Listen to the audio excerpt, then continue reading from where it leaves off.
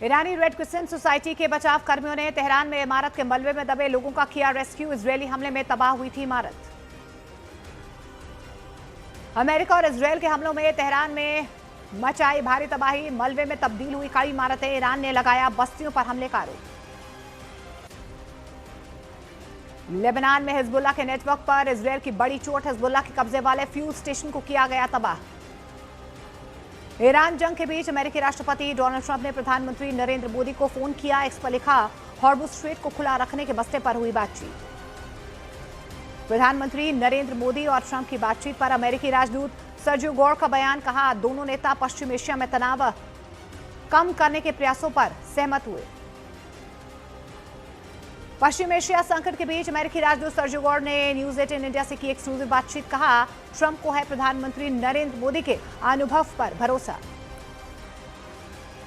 Israeli राजदूत रूबीन अजार ने पश्चिम Asia मामले में भारत की बड़ी भूमिका की जताई उम्मीद। न्यूज 18 इंडिया से कहा पश्चिम एशिया के भविष्य में हो सकता है भारत का हिस्सा।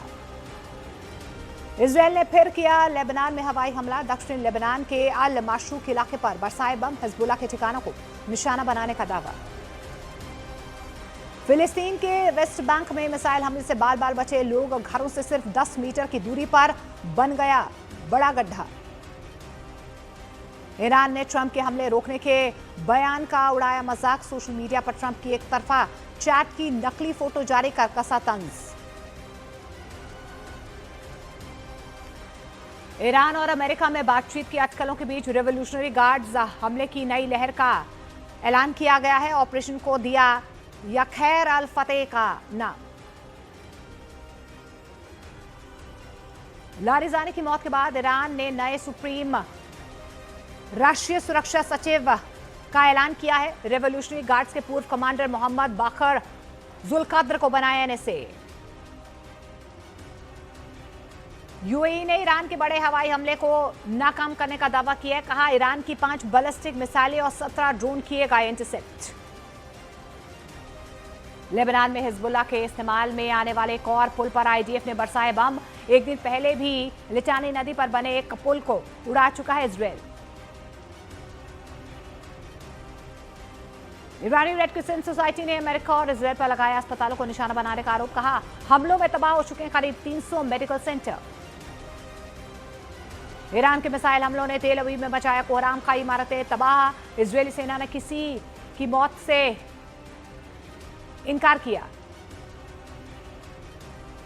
आईडीएफ ने हिजबुल्लाह के एक ब्रॉडकास्टिंग स्टेशन और रदवान फोर्स के मुख्यालय पर किया हमला। हिजबुल्लाह को बड़े नुकसान का दावा। ईरान की मीडिया का बहुत बड़ा दावा, ट्रंप के वादे के बाद भी तेल ठिकानों पर हमले जारी। जंग खत्म कराने के लिए ईरान और अमेरिका के बीच बातचीत, पाकिस्तान बन सकता है बिचौलिया। ईरान के अधिकारियों का एक दल जा सकता है पाकिस्तान।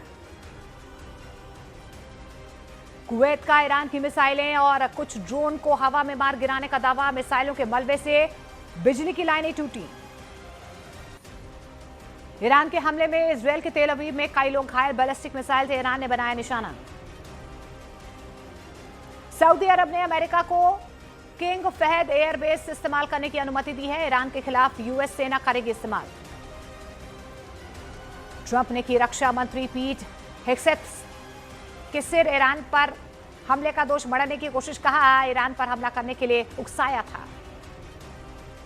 ईरान ने तेहरान के ऊपर मंडरा रहे इजरायली सेना के एक ड्रोन को मार गिराने का दावा किया है। रिहायशी इलाके पर हमला करने वाला था ड्रोन। लेबनान के एक हिस्से तक कब्जा करने की तैयारी में इजरायल, हमलों के वीडियो किए गए जारी।